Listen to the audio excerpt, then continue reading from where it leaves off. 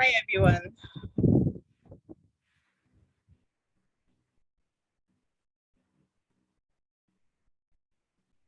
Hello.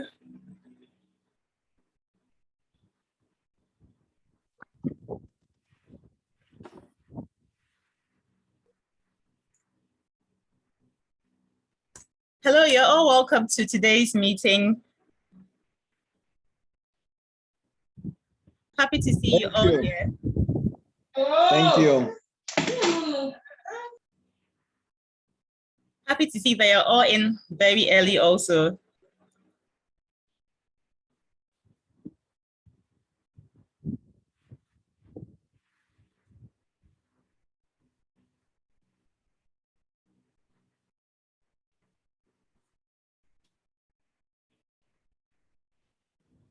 So we'll be starting in a bit. Our speaker is already online with us. And I'm sure in a few, maybe in about the next 5 minutes, we would start today's talk on healthy communication in marriage.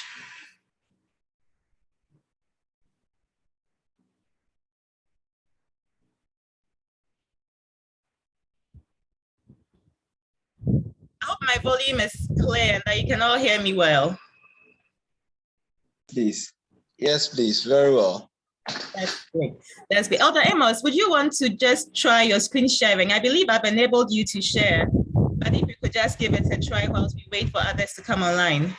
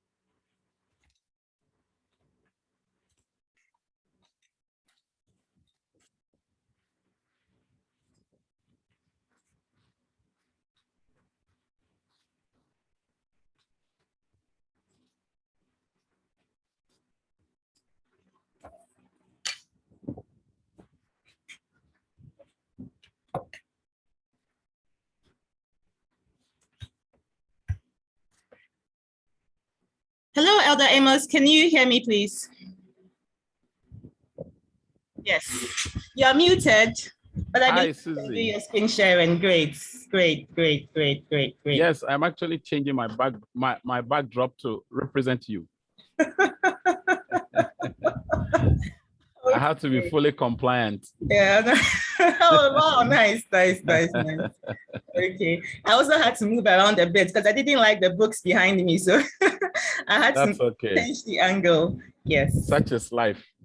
Okay. So we have about about 30 people, about 22 people just joining us, bringing our number up to just a little above 30.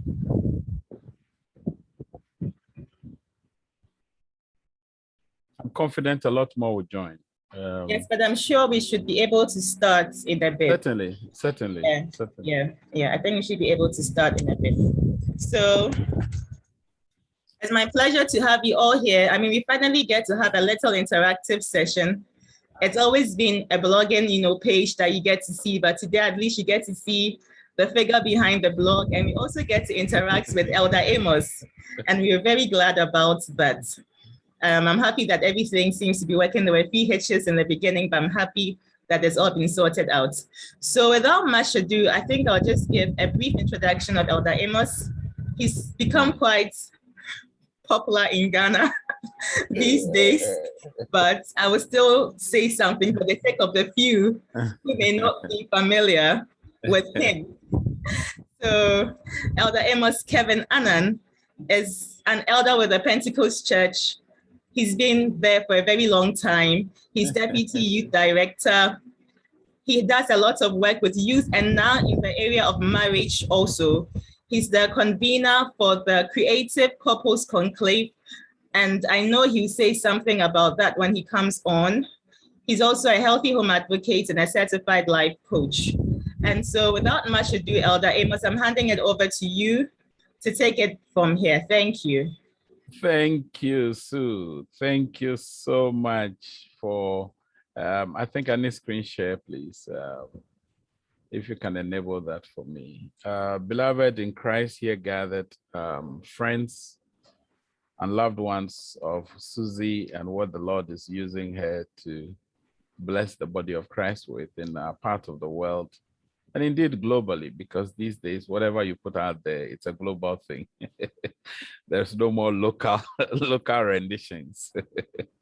Indeed, we're living as a global village, and so it's a joy. Some of you have seen that you just quickly migrated from the upper room webinar to this place, and you've done very well. I commend you for showing that tenacity to be here. And as we have this discussion on the subject of communication in marriage, we want to see how we can be a blessing to each other. So I'll quickly do what I have been asked to do. Susie, are we able to share screen now? Yes, please, you can. All right, okay. I still says host disabled participant screen sharing. Let me just check. You may have to just change my status to co-host.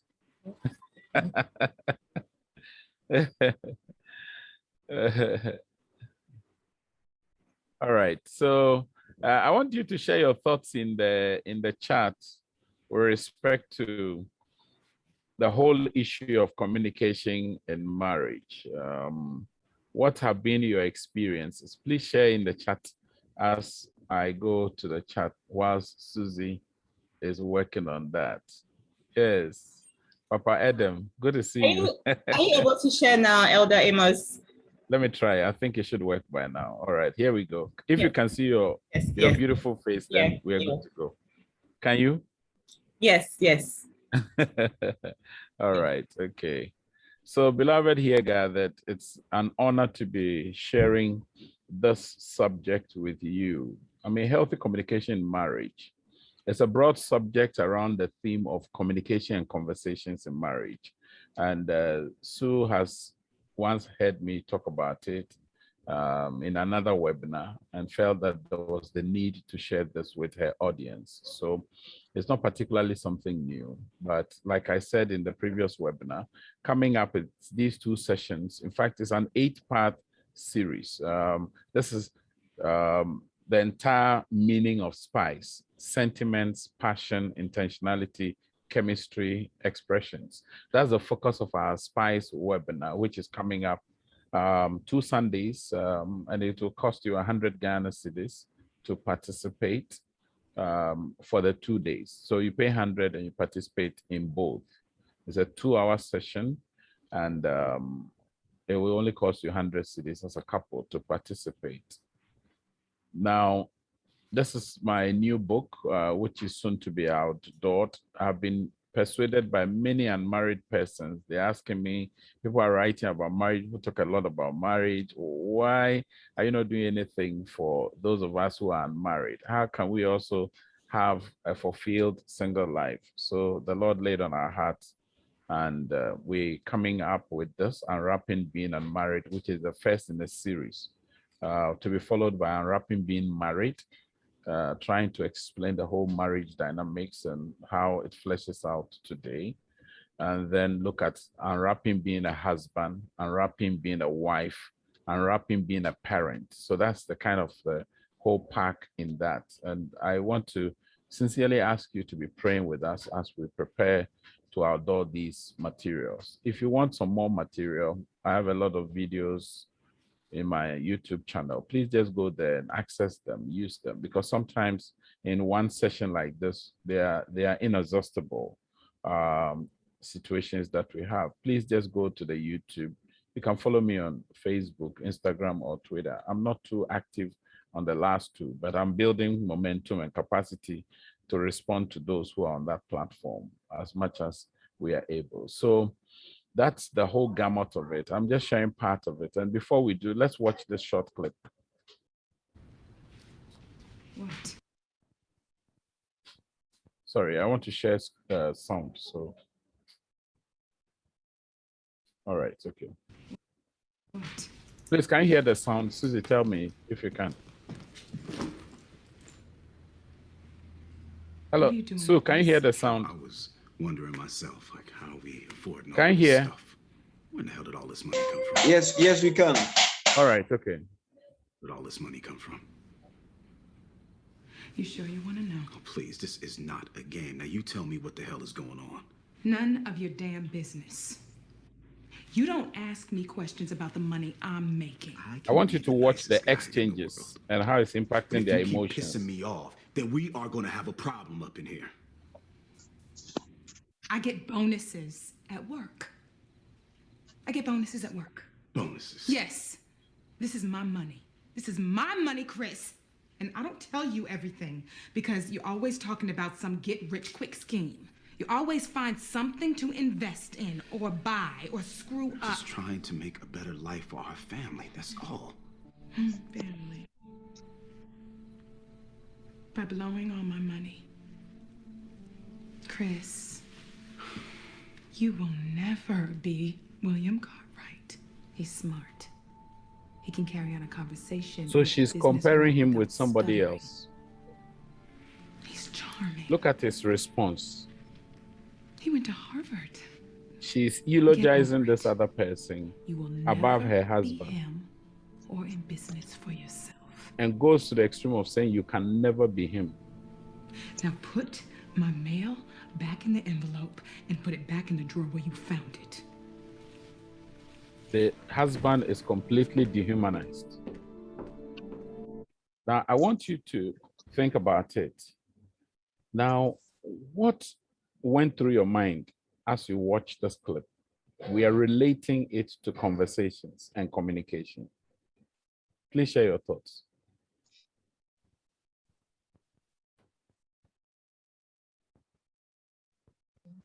So, are you not muted? Hello? Hello? Hello. Yes, now I can hear. Yes.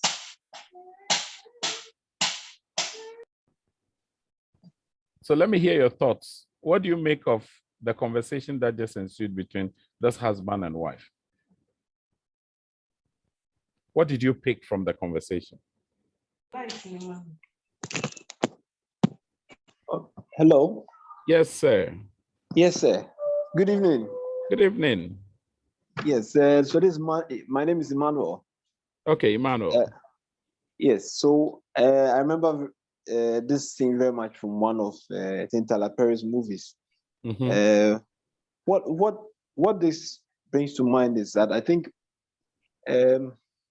it's very much one of the very very bad situations in communication in marriage. Let me put it that way, whereby it looks like the man, because of his economic situation, doesn't have much to defend himself with, even in such a situation. As much as it is bad, I could see that he didn't have much to offer, so much as to defend himself or to put up a strong stand for himself. Yeah. So yeah, it's not good at all. Let me put it that way. It's not good at all. Okay, so in the communication, what you see is that there's the put down. Yes. All right. He's been put down by the wife. Mm. All right. Thank you. Thank you too. Yeah, hello. Right. Yes, sir. Yes, I also see a very a major problem of comparison, where she was comparing the husband to another man who, in this case, I would say is a third party, it's not somebody in their home. There is the issue of comparison. I also see an issue of from the woman, what the woman was saying, the man having to do something like some quick rich schemes. No, the man is not financially intelligent to understand that money grows, and you don't quick scheme don't necessarily grow money. It lets you mix money. So these are two things I see from here. Yeah. Okay. So clearly there's something going on that can be avoided. Yes, please. Please go ahead. Yeah, please. This is Henry. Good evening, sir. Henry, good evening. To everyone. Yes, I also see that the approach from the husband was wrong. The wife just walked in and then he started bombarding her with questions, and I think it was wrong. At least he should have welcomed her home, allow her to settle in, and later on they could have had a conversation. So timing is of it was essence. Wrong. Susie, Yes. please be monitoring the chats in case people drop their observations in the chat. So you can read it out for us. Now, thankfully, Susie is a very passionate Christian legal practitioner and a lecturer. And so I have the liberties. Okay, yes, Oba, please go ahead, Oba. Sorry, I just noticed your hand was up. Good evening. Good evening, Oba. I just wanted to say that I understand her for keeping her money, because I think for security's sake, because of the quick schemes that her husband has been doing. But I also think that her approach with which she responded was disrespectful. So she doesn't regard her husband because I think she makes more money than him. I think that's where I'm coming from. So at the heart of the problem you see is that she's making more money. She has concluded that the husband is not financially intelligent like she is, and he's looking for quick way out to make more returns, and that endangers them. Yes. But the approach that she had chosen was not helpful. All right, okay. Thank you very much, Oba. Any other? Any more thoughts, please? Okay, TK says there's comparison. Thank you, TK. Well, communication and conversations are very difficult. Is Henry about to say something, please? No, please. All right, because you are muted. I thought you were about to say something. No. All right. When we are having a conversation, the thoughts that run through our heads are many, several thousands of thoughts flash through our mind. And so sometimes what we want to utter and what we are thinking of is exactly not consistent. This is where communication becomes very difficult. And for us as Christians, our focus today is communication in marriage and looking at some key principles and practices for healthy conversations in marriage. The first time I did this was in Rwanda, just before the first COVID lockdown. I had just returned from Rwanda, where we had a retreat for about 18 couples from different nations of the world, and they were there. So we spent 10 days in their midst, and it was really, really good. Now, this is what Susie was talking about. Our creative couples is a very passionate movement. That's my wife and daughters. She wrote an exam today, a bit tired, so she's giving some attention to rest. Now, these are couples who come, they're playing trust games. So couples are trying to work out their marriage. Fitness is part of it, and many other things. There are people from different backgrounds. Now, communication is described as the imparting or exchanging of information by speaking, writing, or using some other medium. So when we are communicating, we either say it, we either write it, or we imply it. Implying it is also a means of communication, or sometimes we don't say anything at all. Now, what about conversation? It is a talk, especially an informal one between two or more people in which news or ideas are exchanged. So when you look at this, this is a very cozy situation that the two parties have, and it's different from the formal setting of communication. It's less formal in the conversation. Now, there are a few things about us as human beings that makes communication and conversations very difficult. One, we are designed to listen. Two, we are designed to interpret, explain, or elaborate. So sometimes what you hear, you interpret it. You try to explain it. You try to elaborate it. Now, what are you seeking to achieve? Creating understanding. We are seeking to create understanding. Now, when we create the understanding, we are expecting feedback to come to us. Now, this is what is generally described as the communication loop. So this is a person making an information which is described as an input, which is supposed to yield an output. So this is me sending a message across. Okay. Now that information must now become a behavior output. So this person says what they mean, and then the one here, what they understand. Now, so as spouses, as we speak, we relay a message. Generally, the communicators call coding. Then the one who is on the other side receives it, and they have to decode what you're saying. Now, in between these two are the mediums that they use. Still in between them is what is generally described as noise, things that distract and takes away from the prospect of creating understanding in your recipient. Now, this comes in different forms. We have the verbal and non-verbal cues, which is part of communication. Some studies have shown that oftentimes our communication is about 35% verbal and then 65% non-verbal. And the non-verbal will range from facial expression to posture. So for instance, you're speaking with Susie and Susie leans forward to hear, or she reclines in her seat and puts her arms around her head like this, and then tilts her head on her shoulder whilst you're talking with the eyes closed.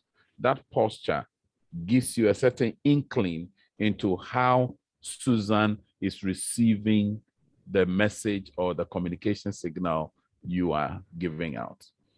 Now, in some studies, they have also said that about 38% of communication is around the voice, the weight of the voice, the tone, the modulation, and the pauses in between. And about 55% is body movement, face, or the arms. And then you have like 7% being just the words. So when you contrast the two studies, you will notice that there's a lot of work to be done if we want to get our communication right. But what is amazing is that when it comes to communication, whether silent or speaking, we are communicating. So suddenly your spouse is silent. They are communicating something. And it's a nightmare to try to interpret the silence, because silence is a language. But what kind of language are they speaking? Do you understand it? Would you be able to, decipher what it is that they want? So typically, when we're having conversations or communicating like I'm doing right now, there are a number of things that come up. sometimes facts are being communicated, facts, like I've just given some facts and figures from 2 data sources. Now, the facts can stand alone on themselves, or the facts can be put together to create meaning or understanding. Not just that, sometimes figures about money. The video we watched, they were talking about money. The figures were there, you know, and they were contrasting and comparing figures. And the lady had leveraged somebody above her husband using figures. And the fact that the person is savvy when it comes to finances. Then also faces are constructed. You should look at the man's face.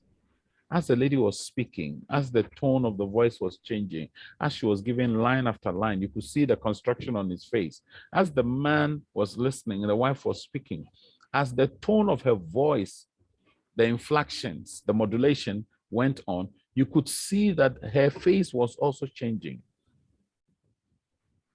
Now, as the faces were changing, feelings were also being conveyed. So what feelings? Feelings of disregard, feeling of disdainful behavior, feelings of being put down, feelings of being rubbed in something rubbed in your face or being dragged in the mud. That's the kind of feeling. And the feeling generates a certain action.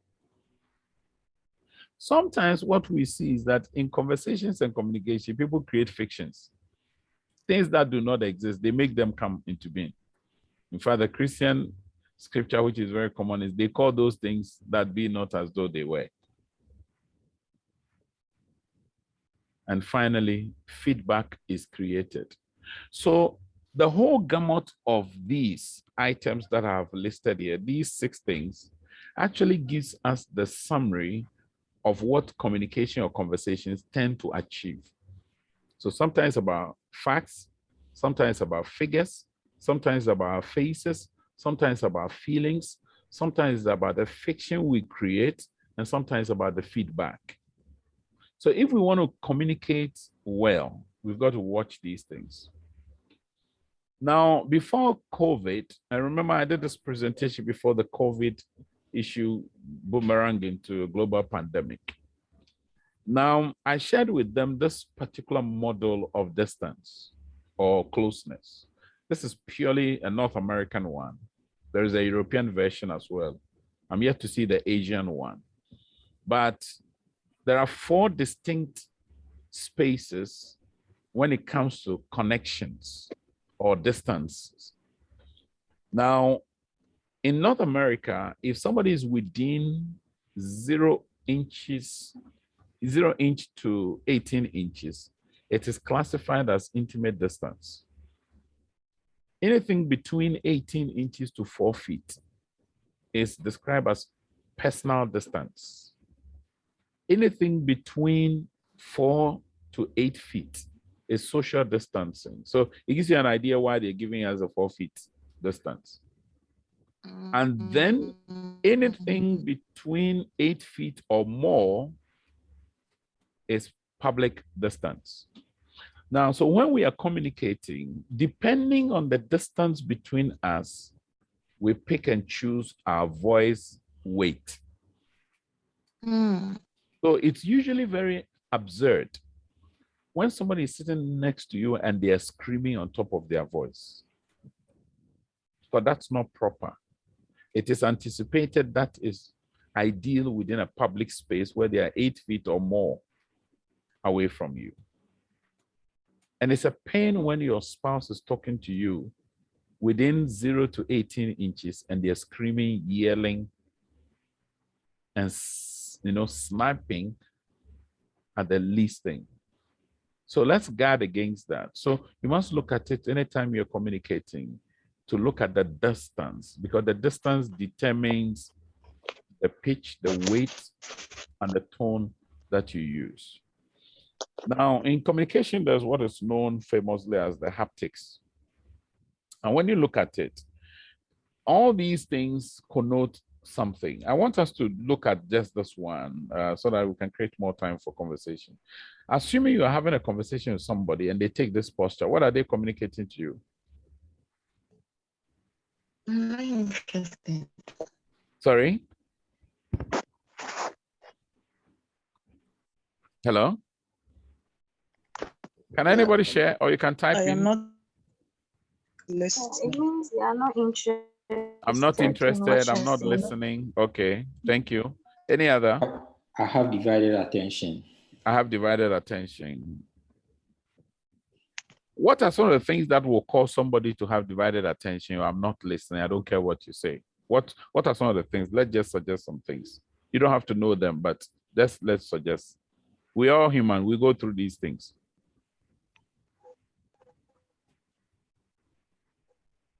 Maybe unresolved hate, Unresolved issues. That's always the number one. Unresolved issues.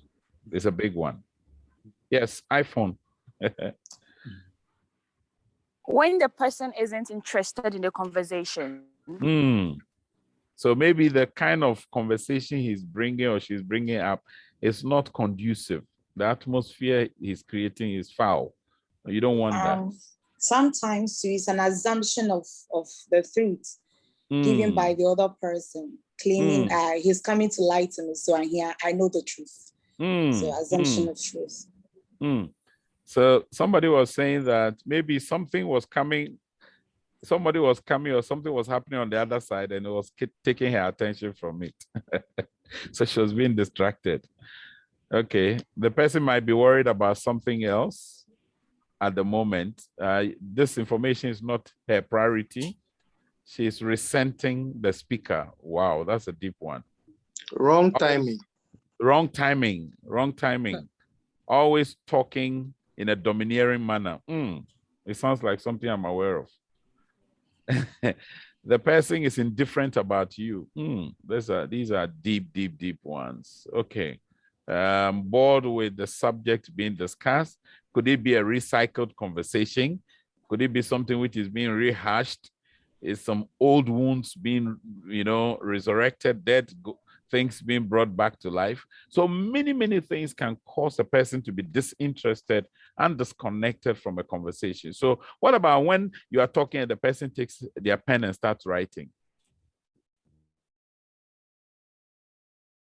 Hello.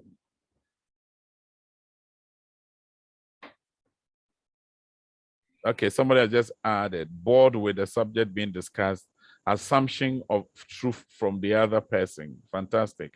So what if your spouse, you're talking with your spouse and they pick a pen and take a note and they start writing things down? What would that mean to you? Something else is their priority.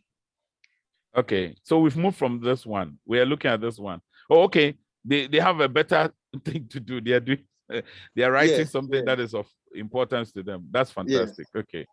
Okay, the person has a lot on their mind. They are making some good sense of what you're saying. Okay, what else would that mean if they start writing all of a sudden, taking notes of the salient points? Okay, can this also be seen negatively? What would be the negative connotation of writing when your spouse is speaking? Yeah, it's disrespectful. It's disrespectful. Hello. So so I want to say that. Hello. Yes. Sorry. Yes. I want to say that I don't see that as disrespectful. It depends on the schedule. Sometimes you are extremely busy, and so for me, I try to share. I listen to it at the same time, but because of the several things on me to accomplish at the same time, I listen as well as writing, and so I don't see it as disrespectful, honestly. And so, I plead David, you see it as multitasking. That. Exactly. Multitasking. Exactly. All right. Now, very well. So let's look at it the converse, because you can't look at it only in one way, because there's always another way the person is also looking at it, because they are going to give you feedback. It is not necessarily what you are conveying, but how they are interpreting what you're doing, because that will generate a response. I hope you get the point. Yeah. Yes. Now, if you're writing, especially if you look at it in the negative sense, could it be you're keeping records so tomorrow you can restate them? Especially if you are the kind that never forgives. As for you, the 70 times 7 is not part of your records. I recall. Okay, yes, Oba, Oba, yes. Yes. Senna says, absolutely. Thank you for affirming that. Oba, I saw your hand up. Or was it the old one? Yes, I was. No, it's not. I was saying that we can look at it from two perspectives. It's either, Fantastic. maybe you are taking notes, maybe positive notes, or you're tired of the conversation, so you're just doing something else. Scribbling some things. Yes. Okay, so someone is asking, okay, first we have to know what the person is writing. It reminds me of when they were about to stone the woman and Jesus started writing on the floor. He moved away from the conversation and started writing on the floor, and suddenly everybody started moving one after the other. Theologians say that some possible things were happening, that each one sees their sins there and then they leave. Okay, so I mean, haptics are very important because they convey what people have in their hearts and in their minds. Okay, let's look at these ones as well. Now, the one here, what do you think the lady is communicating to the gentleman? And we may have one time or the other use this kind of gesture. I think she's saying, I've had enough. I've had enough. And what about the gentleman? Look at his face. Look at how he's positioned himself. What do you think may be running through his head? I don't care about your feelings. I don't care. But look at him very closely. Does he care or doesn't care? Not this one, no. I'm talking about the one up here. Yes. These two. Look at the man's face. And the lady is actually not looking at his face. Very She's turned her angry. back to him. She's upset about something, but the man is equally upset. Look at the stern look on his face. He could be in a state of shock that this small thing, you've taken it overboard. You're making a mountain out of a molehill. Elder Amos. Yes, Sue. Okay, so when I look in the chat box, there are some comments. Please read them. Some people say resentment, and some people say the man is very upset. And then some people say he's not interested. And others, another person is saying drama is unfolding. Drama is unfolding. So they are creating fiction. Something which is non-existent is being created as an existential reality. Now, what about this couple here? Look at them. Posture, the way they are seated with arms folded. Back to back.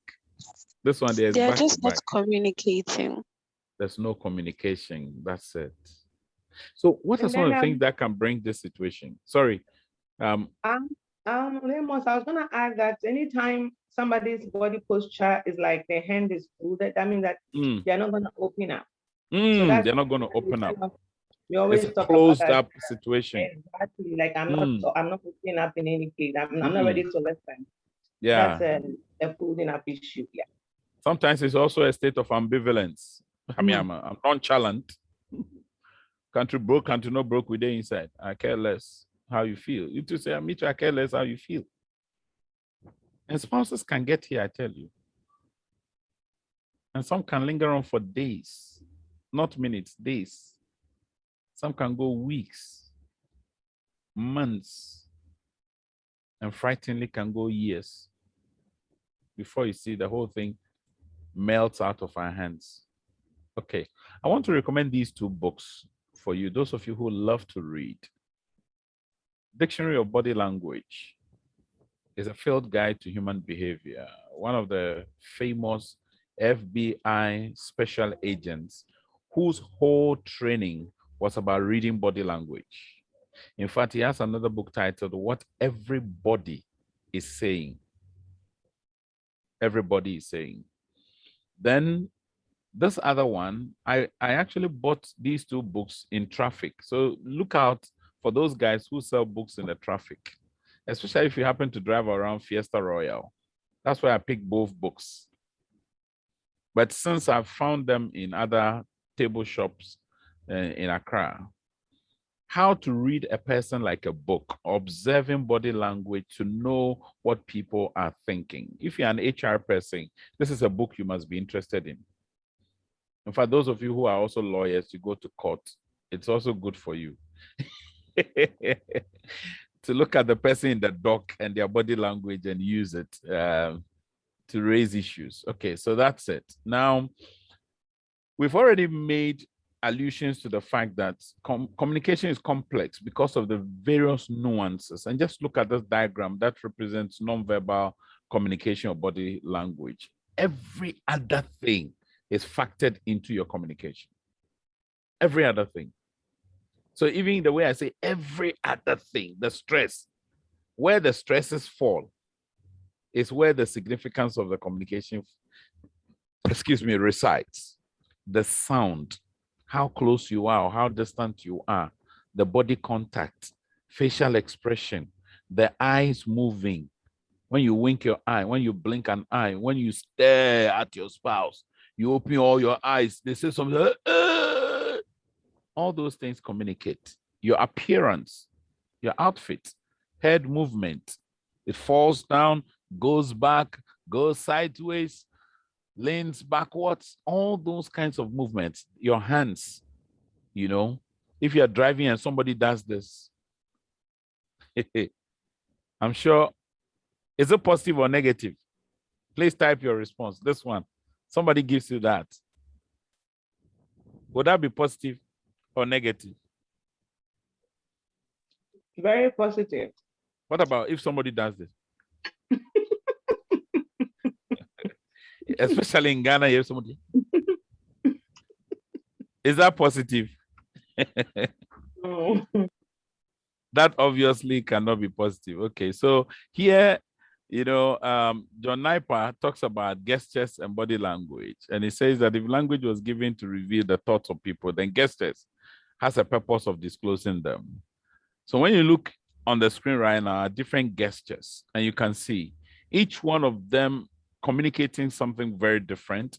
And when spouses show their gestures, they end up leaving it to be interpreted. Look at this boy and their facial expressions represented in different form, and the persons beneath.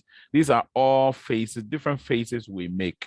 Now, as spouses, generally, it is said that there are 6 basic emotions we all express: anger, joy, sadness, surprise, fear, and disgust. All these things find expression in communication and conversations. Now, interestingly, because of social media and our communication there also, we use emojis or hue to communicate, and you can see them in different forms, as we all do. Now, a caution to each one of us. Many of us are not natural mood or mind readers. Now, I've had occasions to hear people say, my wife is reading my mood. My wife wants me to read her moods. My husband cannot pick my moods. He can't read my mind. But please, it is a volatile place to find yourself, to try to read moods and minds of people.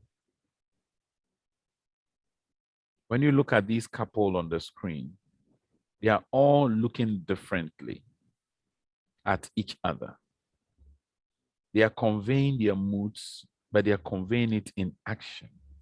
And therefore, the mood is backed by a certain mannerism of the person. We have to be careful when we try to read the mind of our spouses, because it can be volatile. We can get it wrong because it's a minefield. Now, some crucial pointers.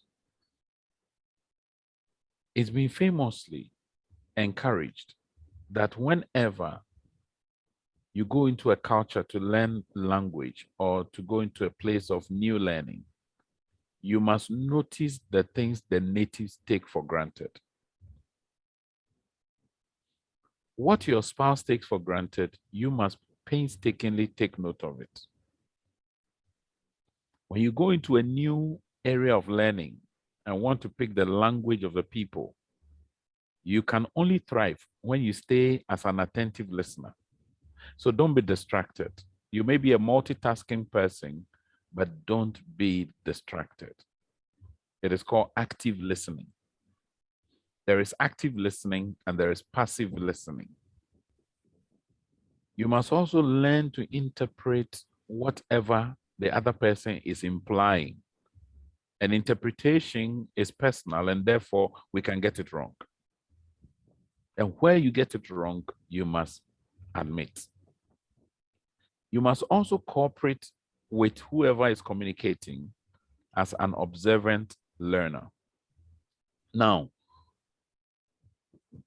Prof. Ade spoke about communication and shared 5 things that each one of us must look out for. What you meant or mean to say. Compare that with what you actually said. What the other person heard you say. And what you thought you said. And what the other party thought you had said. So what I have said and what I thought I said and what you think you have said are different. So each one of us, as we are communicating, must take note of these things because they can create problems. And this is where people can misquote you. You can be misrepresented. You can be misunderstood. And when these things happen, they create a lot of unnecessary mess, avoidable mess. So Floodlight is seeking to help us to overcome this. What do we do in order to be clear in our communication? First, ensure that your mind is not cluttered. There are not too many things on your mind at the same time. Secondly, watch an attitude of not being responsive. Unresponsiveness creates problems for people because when they convey thoughts to you, they expect you to respond. Now also, sometimes people are too structured, too rigid with communication, therefore it creates a problem for communication. And particularly for women, mood swings can be a big problem because it makes you very unstable. It destabilizes you. And so you want to guard against that. Then when you are in a noisy or crowded setting, there are certain things that cannot be said within that environment. So you must pick and choose what to say at what time and in which place. Very important pointers. Now, sometimes also, some of the things that happen is that we have a bad experience from the past. There's mistrust, there's suspicion, some things have been destroyed in the past, and therefore it creates a problem for communication. So if we have things from the past, mistrust, suspicions, let us be careful not to add it on to the whole communication experience. What's the way forward? Because we have a lot of questions. I want to end here. The first thing I want to suggest is that as couples, create space for conversation. Secondly, speak the truth honestly without hypocrisy. Thirdly, you must speak the truth in love. You see, as you communicate as spouses, make sure what you're doing it in love. Now, in the 7 Habits of Highly Effective People, Steve Covey proposes that seek first to understand and then be understood. For your communication to achieve the ends you expect, try to first understand the other party so that they can also understand you. Basically, it's the same thing. Encoding before decoding. Number 5, clarify or validate your assumptions. There are too many people who are second guessing each other, mind reading, and all that there is. Please clarify your assumptions. Clarify it.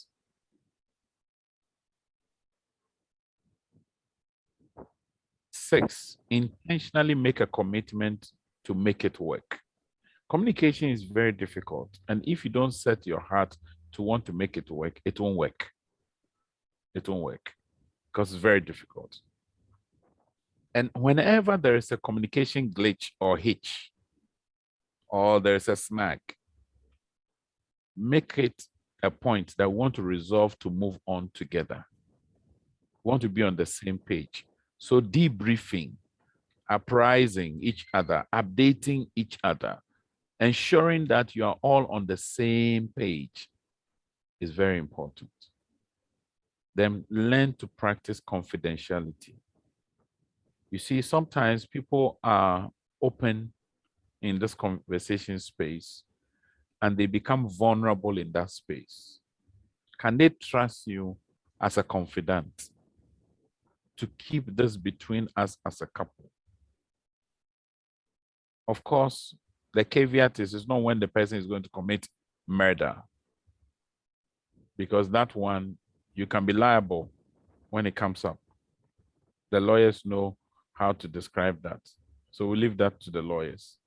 But as a general principle, if your spouse says they're going to kill somebody, the lawyers will tell you it's an ethical dilemma that an individual will be confronted with. So on this note, I want to thank you.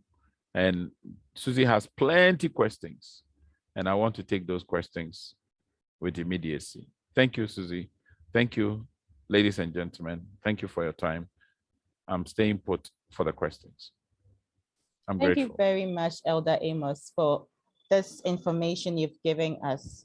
So just before we start looking at the questions that some people have sent ahead of time, I just realized that in the chats, someone has asked you to kindly elaborate on the crucial pointers. The crucial pointers you gave, to kindly elaborate on that for her. Okay. Which particular one of the crucial pointers? I think there were two slides. There were two slides. So the earlier one, the earlier one. This one? The one, I think must be this one, yes. Yes. The pointers? Yes. This one, the way forward? Yes. Is it this one the person is talking about? Let me. No, you shared a slide where I think you This had one. titled. Yes, this one. This Yes. one.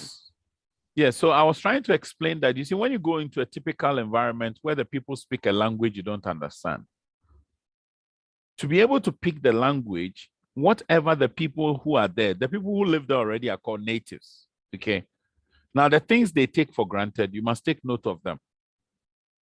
You cannot also take those things for granted. So if your spouse is a person who is thorough in, say, they ask you a question, they don't want just one liner.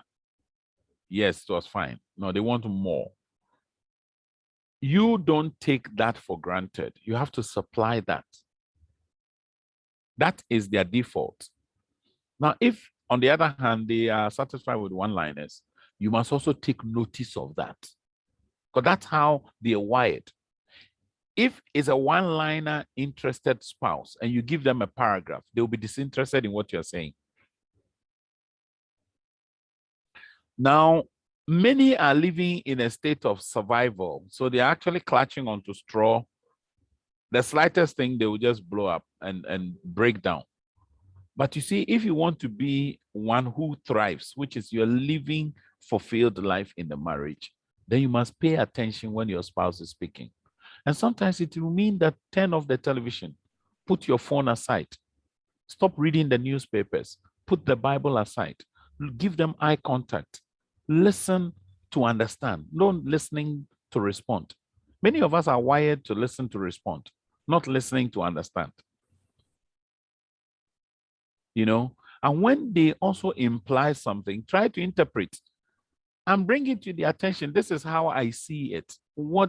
I hope what I'm seeing is accurate. I hope my rendition of what you have just conveyed is accurate. That's why I talk about validating your assumptions, because see, when they imply something, yours is to interpret inferences. You're making deductions. Your observations are where you are drawing conclusions and maybe creating a hypothesis. Now, as to whether you have understood clearly what they are trying to imply, it's a different ball game, because the one who is implying is the one who has actually the meaning of what is being done. And to be able to work together with your spouse in this communication area, you must be an observant learner. Always learn something about your spouse, because they are changing by themselves. When she didn't have a child, she acted differently. When the child came in, There may be postpartum issues. There may be all kinds of things. So there would have been a change. So you must observe the change and learn from that. She used to work in public sector, now move into private sector. They are not the same. The standards are not the same. The pressure is not the same. She used to just work within corporate space. Now she has a side gig where she's running a small shop or business on the go. Be an observant learner. Those changes can significantly impact them and the stress upon them, which would then compromise your conversations and communication. I hope I've clarified them, madam. Thank you very much. I appreciate it. You're Very welcome. good. Any Yeah, day. very, very clear. All right. So Susie, now we can take Yes. your Yes, many please. questions. Yes, yes, yes. Let me just find. Great. So the first one I'd like to ask is that, how does a husband or a spouse treat another spouse who is not very articulate on their views and is expecting that the husband will be intuitive and know what she wants? How does a husband manage a situation like that? All right. So this husband needs to get this recording and watch it with the wife without making commentaries.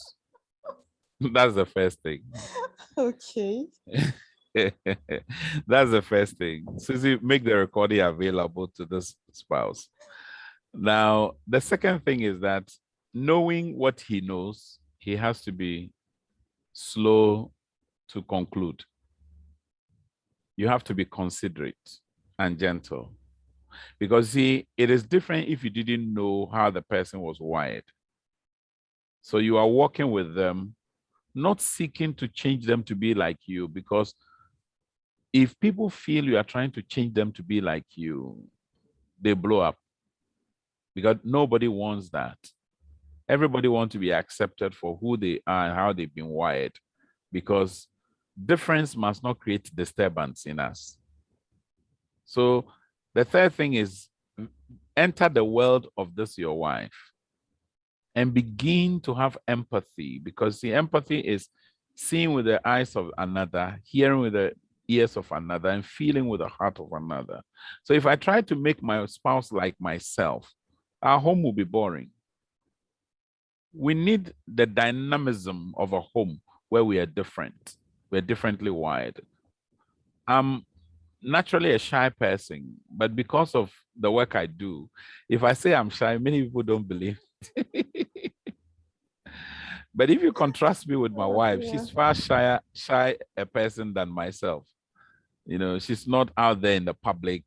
She has public engagement with persons, but she's not like me.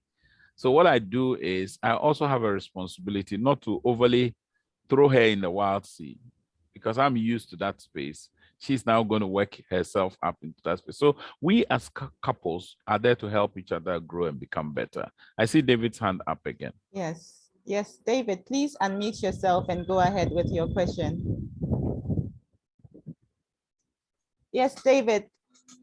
Mr. David Tete, kindly unmute yourself and then go ahead with your question. All right. Thank you very much. Hi, David. Thank you very much. Thank you, David. Okay. So You're the welcome. question. Thank you. Yeah, the question that I want to ask is that yes, it is important that such engagement times where you are supposed to listen to your spouse, you need to really give them enough time so that you will be able to. Sorry. Don't worry. They're also communicating. Yeah. You can hear the chat. So I don't like what I'm saying is that, yeah. Forcefully. Sorry. Yeah. Okay. So what I'm saying is that it is very important that you give them enough time, so that they'll see you are really giving them attention, and then you can listen to them well. But in some instances, you know how women are. Sometimes they can really talk. They will talk and talk and talk and talk. And you can see that you have a lot on your table to also achieve when it comes to work. So you see that sometimes time is running out. Especially you, even in the morning, you probably, if she calls you around maybe 5 a.m. or 4:30, you are supposed to prepare in around 5 or 5:30 or something and begin to, go to work and all that. And if the talk rages on, I mean, continuously and all that, and, so sometimes you are tempted to share the time, because initially you would start listening to it, but you realize that if you watch your time is going, and you can't tell her to also stop. So what do? You have to share the time. You tell her that, please bear with me, but I'm listening to you. But let me start dressing so that, I can really manage, my working time as well. Or maybe there's something assignment you need to do. Can I share that time and all that? So how do you manage this? Because it happens to me a lot. Sometimes I have too much on my table when it comes to work, and I have to manage and do that as well. All right. Okay. So thank you very much for this honest sharing. And we are all going to benefit from your sharing as a group learning together. So first and foremost, let us say that this must not become a recurring occurrence, because it has the potential of creating disaffection in your spouse. They will feel being taken for granted. Secondly, let us also ensure that there's no deficit of conversations. You see, when there is a deficit of conversations, what people then do is they have a pile of things to be cleared. So there's a huge pile that they want to address in a short time. So let us be sure that we have moments where we discuss things that are pertinent to us and our spouses. Because in the absence of that, when you are most occupied, you become inconvenienced. And this is where you get agitated, that this is where I earn the cash to support the home. And now you want to belabor the point by just, and people use words like nagging, because it becomes like a licensed irritant in your ears. That can create distress for you and for your spouse. So the first thing you should always do when your spouse wants to talk to you is to give them eye contact. Please stop everything and look at them. Stop everything and look at them. Let them see that you are prioritizing them. Because you see, they are not secondary to anything in your life, including your career. That is why you find people fighting their spouse's career and wishing, even in some very extreme situations, I've heard spouses say, I wish he had lost the job. Then she will see. Because they feel that they are being mortgaged for the career. So David, it is something that you must be aware of and you must be intentional about. And especially when people say things like, oh, as for women, they can talk, sir. I saw Susie shaking her head. It is, yes, there may be some truism in it, but it's not the absolute truth. Because some men too can talk, pa. They don't talk, sir, they talk, pa. So talking is a human thing. And from birth, we are made to cry. There are doctors on the platform. They will tell you why you have to exercise your vocal cord.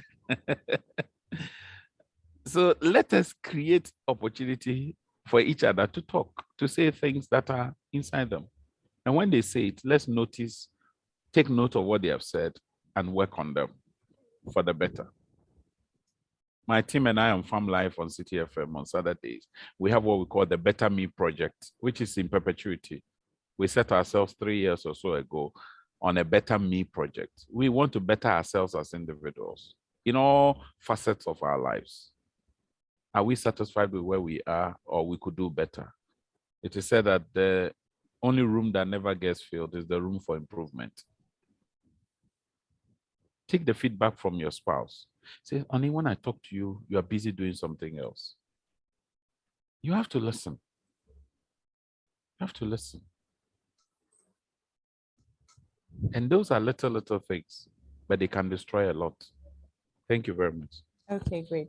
There's a question in the chat here. It says, okay, how do you create space for communication? Sometimes the silence gets boring, but it is best.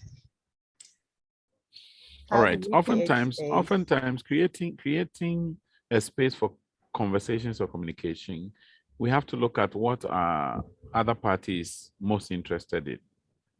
Because see, when you scratch where people itch, they respond. But where you are scratching where they don't itch, they will not respond. So they're interested in sports, they're interested in maybe fashion. They want to watch Ghana's Most Beautiful. You can watch it with them. It doesn't destroy anything. If you watch with them and there are scenes that are questionable, you can raise it along the line as an objection. But it's important that we act maturely. See, sometimes there's this infantile tantrum that we all flare up with when we are not interested in something. Now, secondly, also, for the parties who only want to be connected at the point of interest, we must also be considerate and know that you will not always win in this journey called love and marriage. Sometimes you have to sacrifice.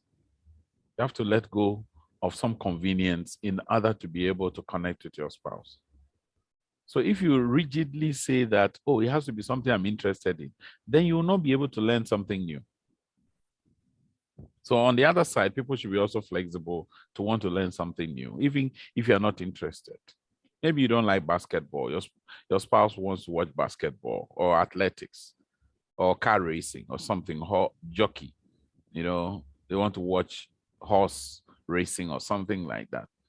You can watch it with them gradually, as you watch, you connect with them, and then you gain their attention, and then you can speak. Other times you're going to meetings together. You can pull vehicles, opportunity to talk. Instead of driving separately, you're in one car, you can have conversations. It helps. And sometimes people want to talk not because they want to exchange views and thoughts and facts and figures and all those things, but they are interrogating you to get some info to nail you. So then it's not conversation, it's interrogation. And nearly every human being I've seen doesn't like that, to be interrogated. So create the atmosphere for it and just warm yourself into it gradually. You don't rush it because you are in a journey for a very long haul. It's not a sprint. Puku a puku, petit petit. Petit et petit. I think that's correct in French. All right.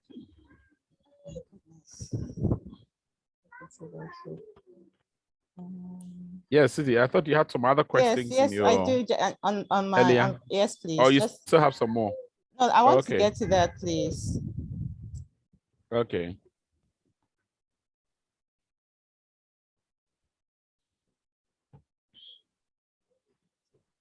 Okay, so somebody is asking, you gave an example of interpreting what someone implied. Yes, okay. An example would be, for instance, your wife or your husband comes home and gives you an information that they are not well. Okay. Now, they not being well, you can interpret it in many ways. They not being well means they need rest, or it means they may have to go to the doctor, or it may mean that you have a different view of what it is that is happening. Now, so they have implied being unwell. Now, yours is you are interpreting what not being well means in your mind. That may not be exactly what they are trying to convey. Okay, so this is a typical example. Or there is soup in the microwave. I want you to take half portion of the soup and take only one tilapia. The other tilapia, which is the head, please don't take it. Take the meat or the tail. Then you go and you interpret it differently and you say, but me, I'm the man, I'm the head. Then you take the head. Now, when your spouse comes, having taken the head, you have no clue what she was going to use the head for. So you see, your interpretation that, oh, you are supposed to take one of the portions of the tilapia. So you've taken one without paying attention to the specifics that has been given you, can be fatal in terms of our communication. Somebody says, I usually keep silent when things bother me. I only get back into a happy mood after I have aired my views. I'm not a visiting or entertaining friends person. I will say I am a choleric. Most of the time, however, my husband seems to be so connected to this particular colleague of mine at the expense of his own time. I get so infuriated by this. What should I do? You see, the first thing is this, that when a spouse is doing something that creates anger situations in you, the first thing is to have a private conversation with them. Matured, civil conversation. Raise your concerns with them. You see, sometimes we have expectations of people. We haven't disclosed it, let alone discuss it. And yet, we're expecting that they do it. When you do that, you create disaffection, which is unwarranted. Because one, I don't know your expectations. Two, we haven't discussed the expectations. And three, we haven't taken any decision around it. And yet, I'm being held as that which is due you. So have a conversation with your spouse on what you have observed. Hear what they have to say. Because like I said, we are wired to explain. And never lose sight of that. It's part of our wiring. Okay. And so create that space for you to discuss that. And then you can take it from there. If there are some specific things we can do to assist you, you can connect with us. But clearly, silence, though, is a form of communication. It can be putting people on edge and leaving them to feel very funny and a bit, destabilized. So let us learn also not to stay too silent for too long. Maybe for a brief moment where you want to just brood over things, reflect on things. You want to be careful that what you're going to say may not be injurious to them. If I keep silent, it's because I'm careful not to use words that may hurt. And also, given the fact that you're choleric, it means that cholerics don't tend to be more of relational persons. So it will find its way in there. You are more task-driven, project executor and all that. Let us work at that. Once you know that is it, let's see how we can work with it. Otherwise, sometimes what will happen is that this colleague that he's connected to can become a sore point for you and may unnecessarily be courting your attention and become an enemy to you because you are being sacrificed for them. You're welcome. All right, Elder. So we have a question here. It says, how will one handle a partner who has a challenge communicating effectively, but won't accept that he or she has that challenge? When people don't accept what it is, a challenge, an obvious one to you, it is problematic. It is like a person who is asleep and one who is trying to fall asleep. The one who is pretending to be asleep, if you wake them up, they won't wake up because they are pretending to be asleep. Okay, so you need to first and foremost pray about this situation and look at the most favorable way of connecting with him or her to acknowledge their own shortcomings. But you don't do that in a way of disparaging them. You don't disparage them. You've got to show great respect to them and ensure that you are showing respect to your spouse because they are adults, matured persons, and they deserve their respect. When you give them that, then you can take the conversation to the next step where you raise your concerns to your spouse and hope that they can respond. Now, whatever response they give to you, you have a duty to weigh it. Sometimes you may doubt the response. Sometimes too, you may have further questions about the response. But whichever way it is, when you are doing it, do it with a lot of respect. And someone is asking, whose duty is it to communicate effectively? It's both of us. I mean, all of us are communicating beings. So once we are communicating, we must all ensure that we communicate effectively. If your communication is ineffective, the response would backfire. But where your communication is effective, clearly the dividends of the feedback will be enormously beneficial to both parties, not just to one party. You know, we've just finished a session where we'll talk about better together instead of good alone. So it's important that in the communication also we are better together. You know, we are in this together. Let's facilitate understanding. It's at the heart of all communication. Facilitate understanding. And once people understand what you are communicating to and with them, their response is always a blessing.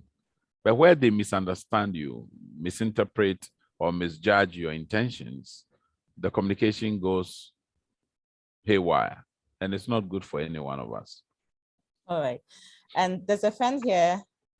He'd like to know, he says, in our current world, where there are many voices, many channels of communications going on, TV, radio, internet, social media, etc., how does one position him or herself to be involved in the right conversations that will eventually impact positively on his or her relationship? You know, the plethora of media outlets and the several voices, as has been alluded to by the questioner, is a real nightmare. We all face it. You know, there's a glut out there. Now, each one of us, there's one radio station that uses the tagline, discerning listeners. So we need discernment. We need to discern to appropriately say that I'll give my ears to this particular outlet because noise is in the system.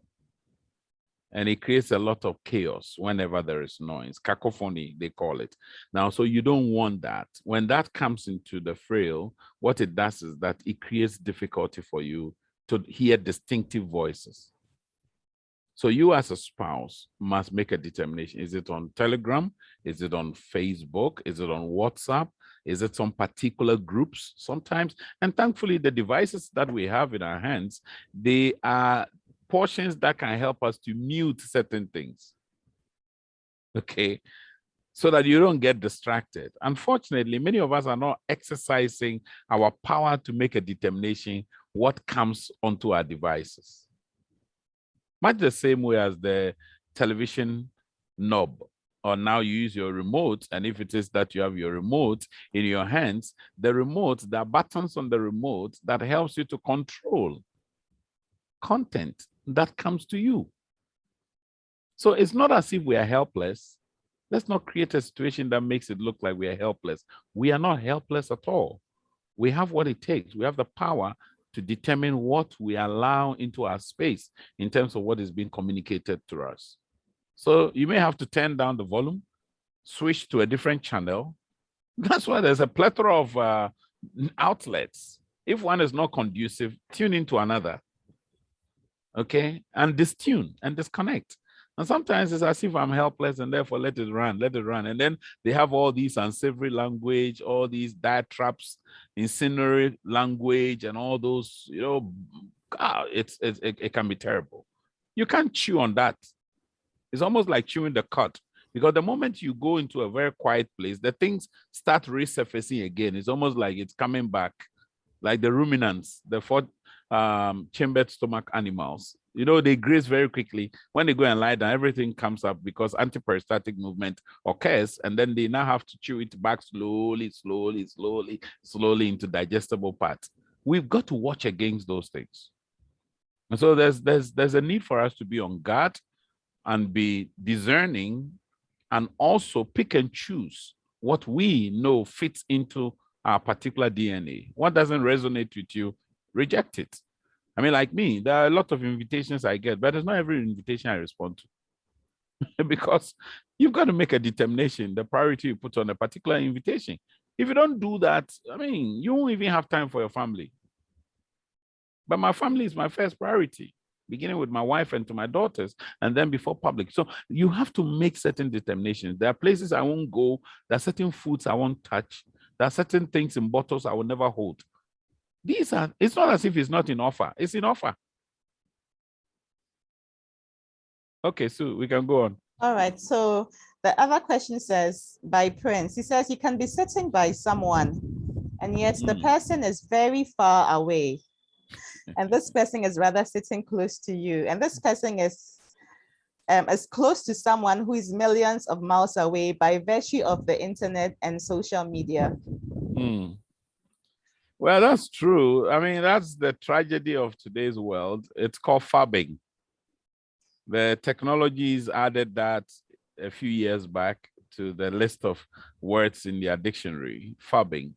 I remember watching a clip where a family had decided to go and visit their grandma. I mean, the sons and daughters had come together, taking their children to go and visit grandma, and every one of them was on their device, and the grandma was bewildered by what she was seeing. I wish I could find that,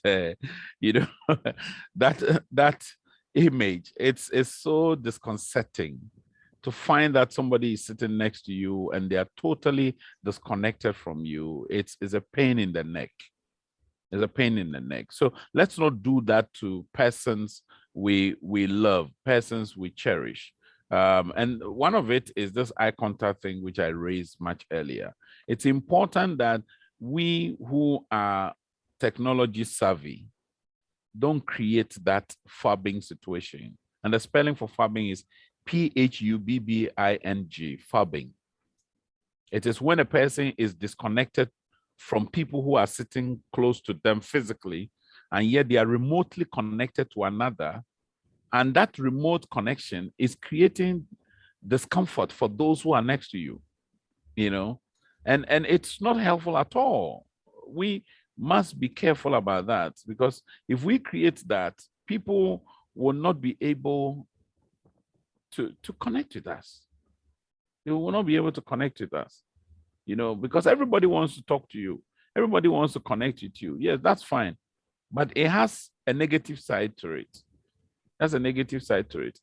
And so let us all be guarded by that. And it requires discipline. Discipline. We have to.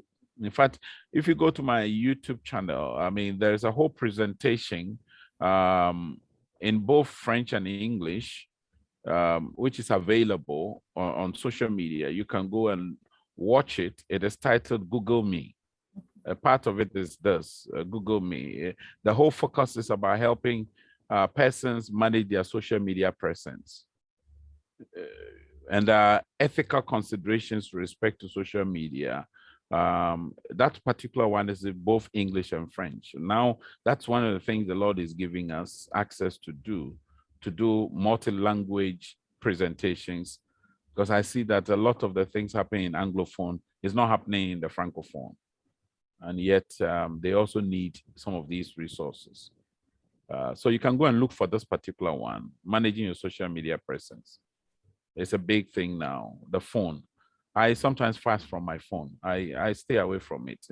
With the demands, everybody wants to talk to you. Everybody wants to call you. If you follow that, you can have crisis. We should all exercise discipline. I can't always be on phone chatting and talking when I have my wife and my daughters here. When I do that, I'm destroying what I have. So let us all there's something they call mindfulness. Pay attention to what is happening around you. So in some homes now, they have devices installed that creates no access to tech or no access to internet. So once you enter, no tech. There are some days they have no tech day. Some families do that now. Some start with no devices at the meals table. You know, we go to restaurant to eat and everybody's on their phones. You drop your phone. We are here as a family. Let's talk. Let's look into each other's eyes. You see, there's something that happens when you look into a person's eyes that you never hear them say in words. And gradually we are losing that. I was in Finland and they were doing some study with some young people, and they realized that some of them were very good with technology, but they have very poor human relations. Somebody is asking, is it part of men to go quiet sometimes?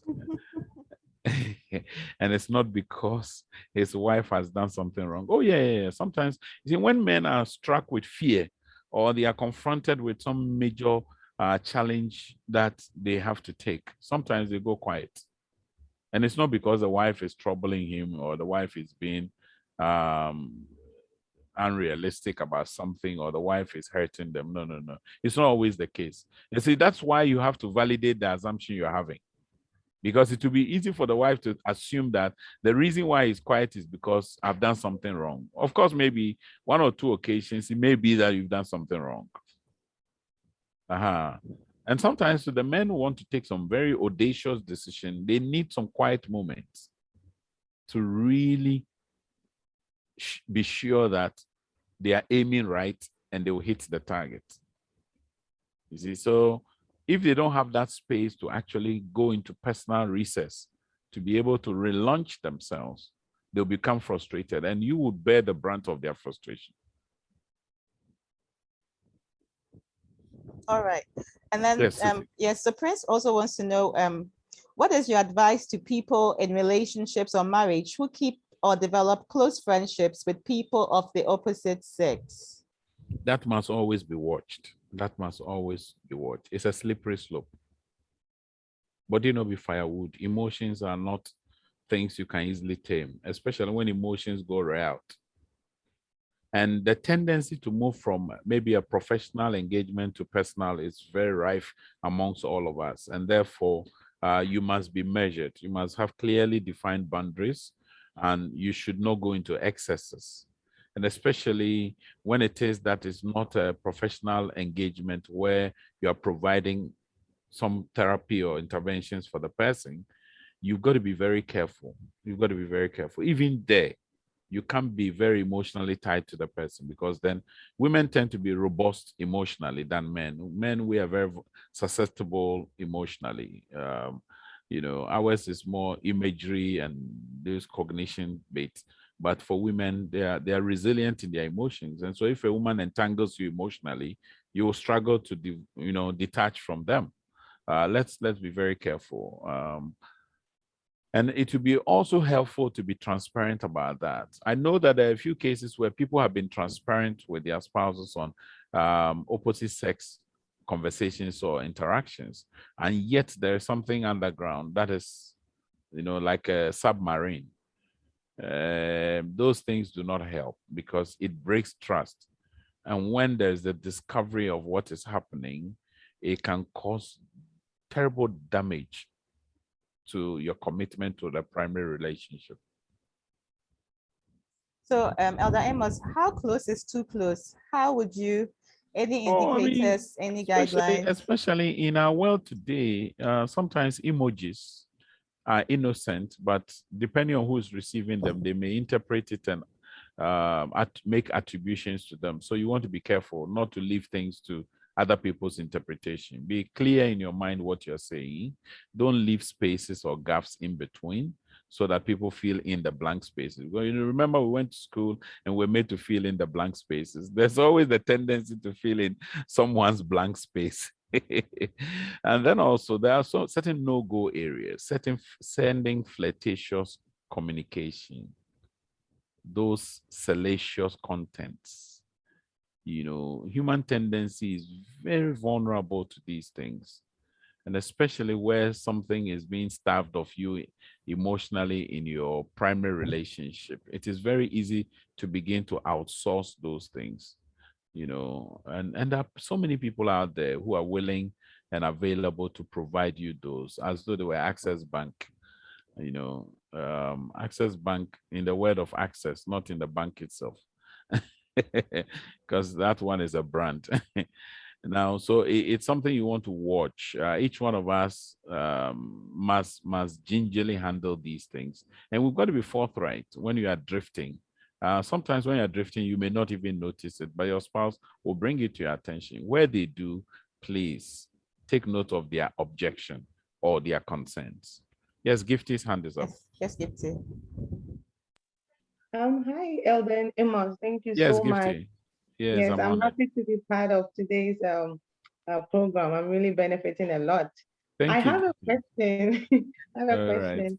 My question is about personality traits Hmm. and temperaments. All right. So my question is, can they have an impact on healthy communication in marriage? Let's say a sanguine and a sanguine got married, or choleric and a choleric. Because I have a personal kind of touch to that. Just want to hear your expertise on that.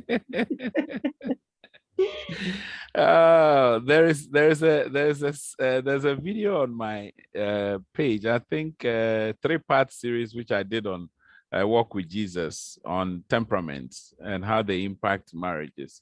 There is the disc analysis tool which is used. It is something I will encourage each one of us to understand.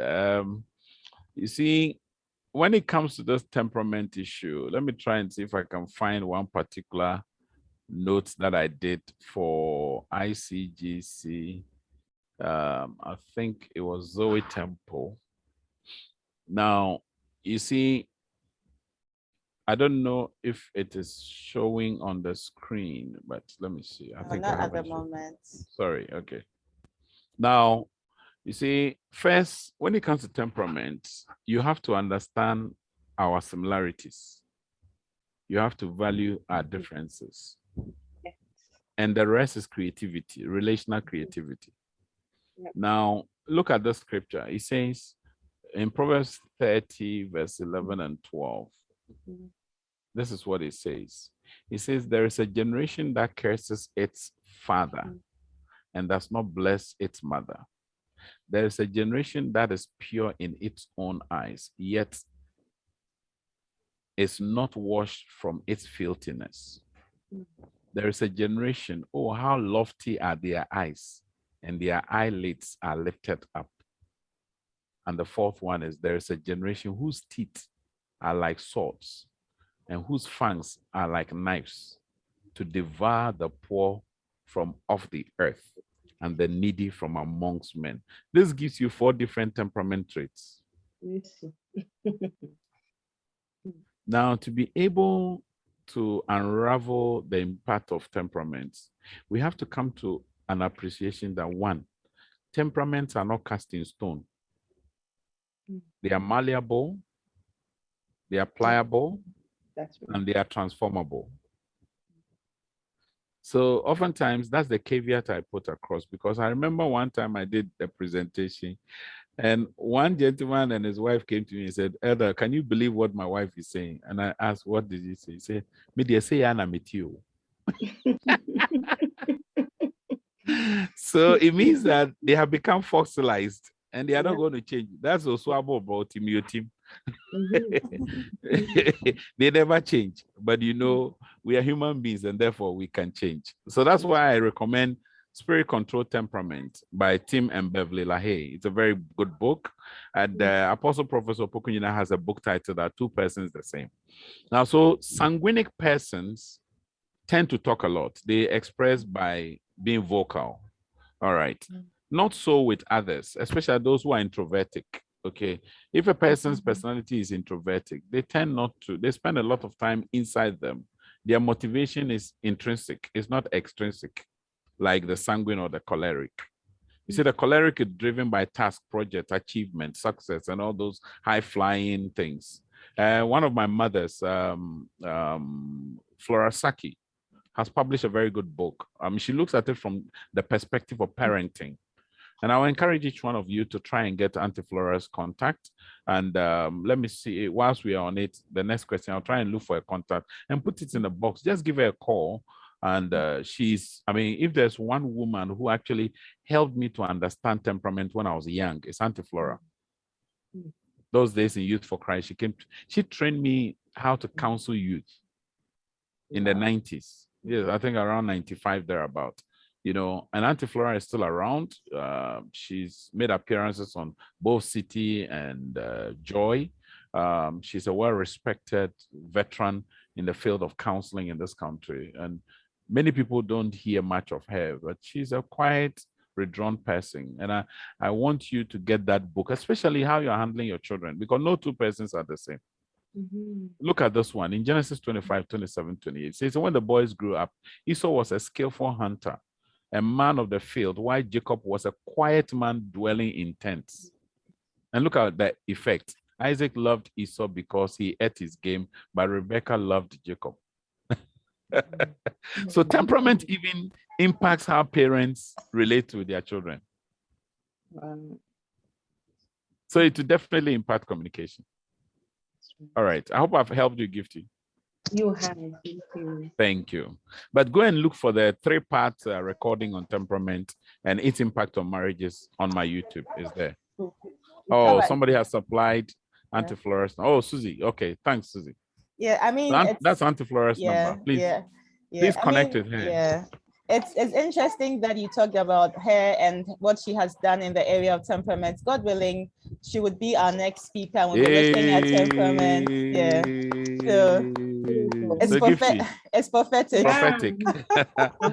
You are in the spirit, Gifty. You are in the spirit. All right. Let's keep going. All right. So let me check the chat, see if there's any question here.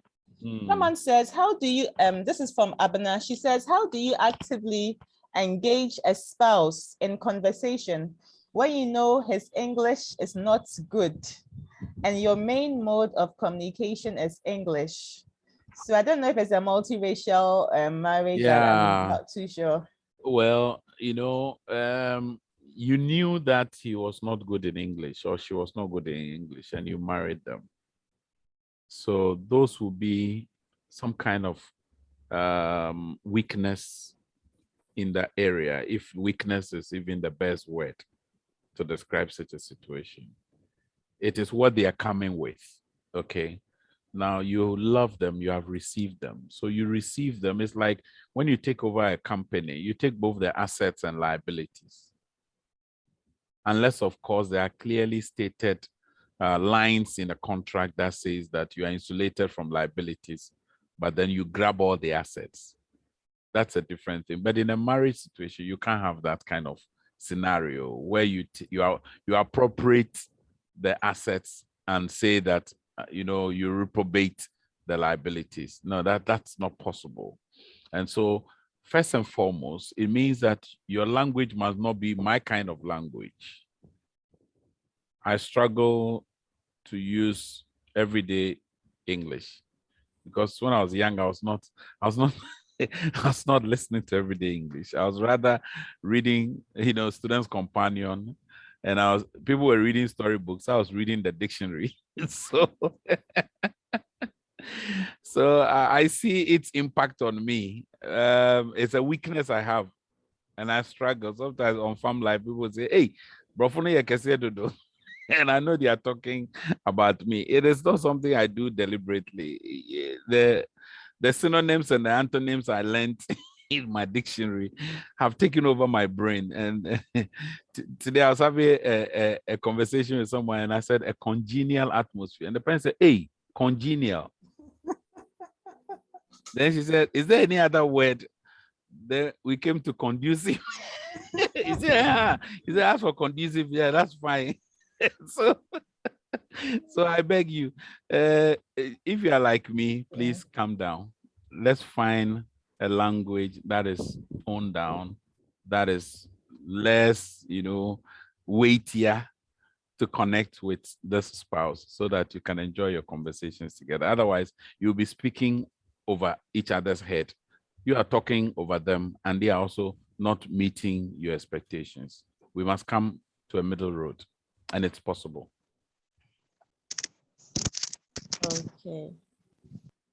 Okay, how this is from Ikea. She says, how do you deal with a spouse who refuses to communicate and completely shuts you off?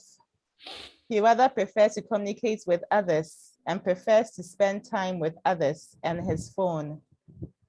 Okay, so that means that there might be some simmering issue because this is just a symptom. It's not the root of the issue. So we have to find out, has this been their pattern of behavior since the beginning of the marriage or even prior to marriage? If it is not, then it means there's a change. So we now have to look at the things, the factors that have occasioned the change, which then becomes our project work. Because if the factors are such that part of it implicitly or explicitly impacts on us as individuals and requires us to act, then we have to do that. Sometimes we are not directly or indirectly even related to the issue. In that case, it may be something they are dealing with. And then your role there then is that you help them. We cannot all be at the same level. It's just practically impossible. Irrespective of our desire to be on the same page and what have you, it is always going to be impractical to think that we all think alike, we all reason alike, we all understand alike, we all interpret things alike, and we all respond alike. It's just not possible. It's just not possible. So let's not be threatened by the differences that exist. Let's acknowledge this is an issue. Let's give the issue attention.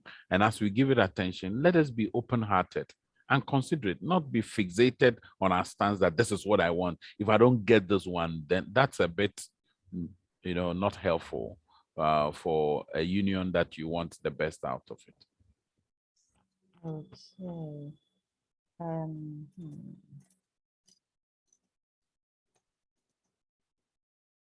Please, if you want to ask a direct question, you can unmute. If there's a follow-up, please do so. We are here because of these, and let's make the most of it whilst we're here. Yeah. We never know when we will not be able to get this one. Yeah, so you can just raise your hand or unmute and ask directly.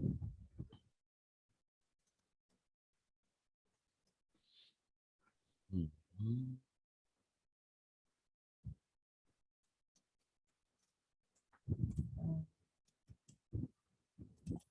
You still have some questions from your end? Yes, those your messages? Yes, the ones I forwarded, yes. There was a question on nagging. Let me just get to it.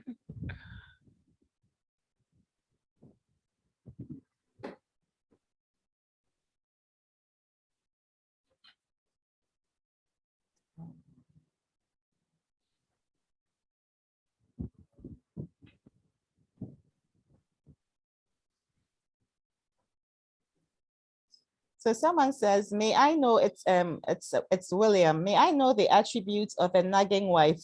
What's the appropriate mode of communication with such an individual? All right, okay. You see, when people say someone is nagging, it means that one particular thing has been said repeatedly and appears to be unresolved still. Now, the reason they are concluding is nagging is basically because they feel disconcerted by it. They are uncomfortable with what the other party is doing, or they are not willing to discuss it. Not long ago, Omari Cranton hosted me on a webinar where we discussed what to do when your spouse has concerns. Now look at these. These are papers from wives. I had 20 wives and husbands. The meeting was held at the Golden Tulip in Kumasi. Now, these are things that the wives complain about. So if this becomes a recurring theme, so what I did was just to take a screenshot on my laptop, the keyboard, and then you can see their papers that they've written. And I asked them to list 3, but some listed more than 3 concerns they have on some of the papers. Look at all these things. If your spouse is raising them as a wife to you and you're not giving it attention, you are likely going to conclude that she's nagging. And the reason is nagging is because the thing is still lingering on. I'm yet to find anybody nagging on something that has been given attention and resolved properly, and there's closure to it. Most of the time, when there's no closure, then the people will have to rehash it, restate it. Now look at the husbands. The husbands also had their list. Look at this one. The top on it is the famous SEX. And you find that is also a place where husbands raise a lot of issues. And look at the other things, the whole gamut of issues that the men also had. So both parties have things they were concerned about. I would rather say they are concerns rather than nagging. You see, when you target as nagging, it makes you defensive. You begin to rebut, you repel it, you dismiss it. It's important that we all understand that each one of us can have a concern. And when it is that is a concern, let's register our concerns and then raise those concerns by our spouses. But never, ever categorize a concern as nagging, because it is derogatory. It makes you become dismissive, and you are not going to cooperate with a person you consider as a nagging person. Of course, I concede that there are people who tend to be very unreasonable with the things they say, and they are repetitive in what they are saying for emphasis. And for you, it becomes irritating in your ears because it's been said and said and said and said and said. And as a general exhortation to our women, let us note that a man wouldn't mind going to sit on a rooftop and to be, scorched by the sun, beat by the rain, and still stay there, rather than sleep in the same room with a nagging wife. So you can